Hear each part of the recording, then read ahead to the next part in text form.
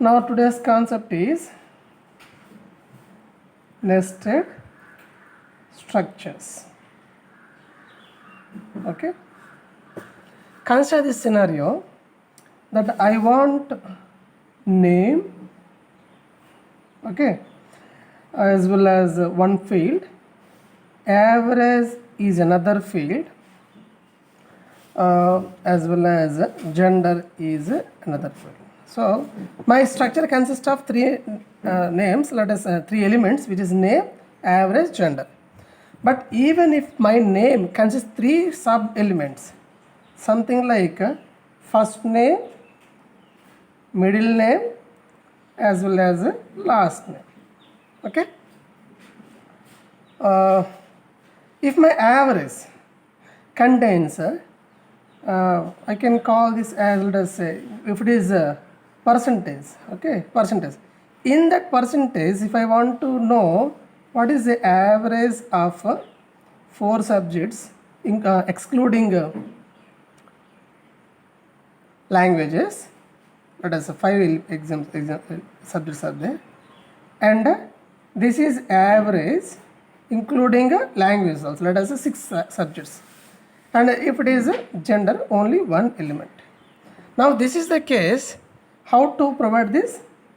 Then this is my primary one, let's say this is my primary one. This primary indicates like this. This is the whole variable. In that whole variable I have three elements. What are the three elements? First one is name, okay. Second one is percentage. Third one is gender, okay. If I consider one more level, then because it is name, right, this is a percentage. Now this itself contains three sub elements. How can I write like this? First name, middle name, last name, okay. And this also written like this. How? If I take single percentage, in this I have two fields. One is without languages, this one is with languages, okay. Now see, for this, what is a syntax or what is a structure? Structure is like this. I am writing for this one. How to do that? Name of the location or user defined structure is what? This is keyword. Structure, let us say student, okay. Student data type.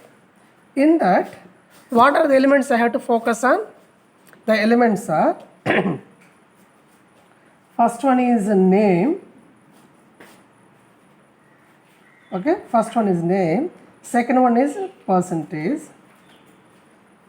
Third one is gender, okay. Now the content is not completed, okay. First I have to focus on how these sub elements are getting defined. So for that I am taking like this. So name itself is not a variable. Name itself is one more structure, right? Because it is something like a structure only. So take one more level. So struct name, okay. In that how many elements are there? 3 elements are there.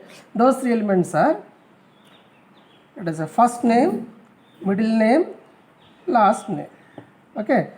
As these are strings, then I have to take arrays. Arrays. Each of size, let us say 10. What array it is? All is about character arrays. So char, char, char. Done. So this is about what? Name data structure. That name data structure I am replacing here. Okay. For that name data structure, I have to create one variable. So that one variable I am taking, let us say, name n, okay, which is of what type? N is a variable which is of a name data type, which should be what? Structure. Same way, I have to define one more field called percent. P-E-R-C-E-N-T. Now see, percent itself is not a variable, itself is a data type, where this contains again two subfields. So when we talk about subfields, then we should understand like it is a structure. So in that, what are the subfields? First one is average of without languages, average with language. I am writing like without languages WL, okay, WOL without languages, WL with languages. So all these two are of what type? Definitely it should be of a float type. Okay, again this is structure, therefore I have to use what? Struct keyword. So data type is defined, but what about the variable? So I am taking variable as P. So how to declare a variable? In the last class we already studied. If I want to create this variable, then what is the so see, n is a variable of what type? Name data type, which is a structure. Same way I want to create one variable P. Why? Because see, if I create n, then only memory is allocated. If I create p, then only p memory is allocated, right? So n is of what type? Name data type. Just now we declared, right? Just now we defined. Same way, p is of what data type? P is of what? Percent data type. So which means I have to declare the variables.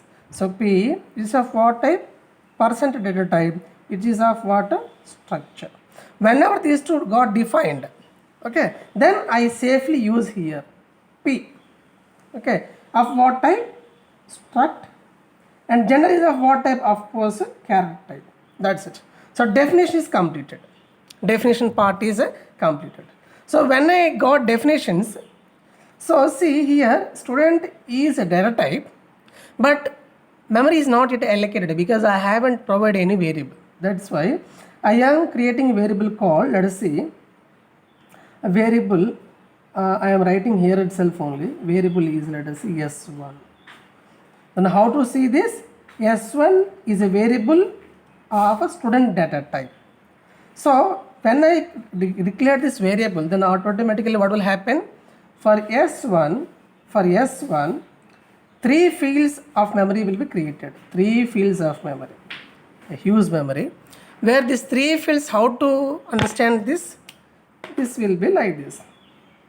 The first field is name, second field is average or percentage, third field is gender. You see, this is student data type. S1 is of what type?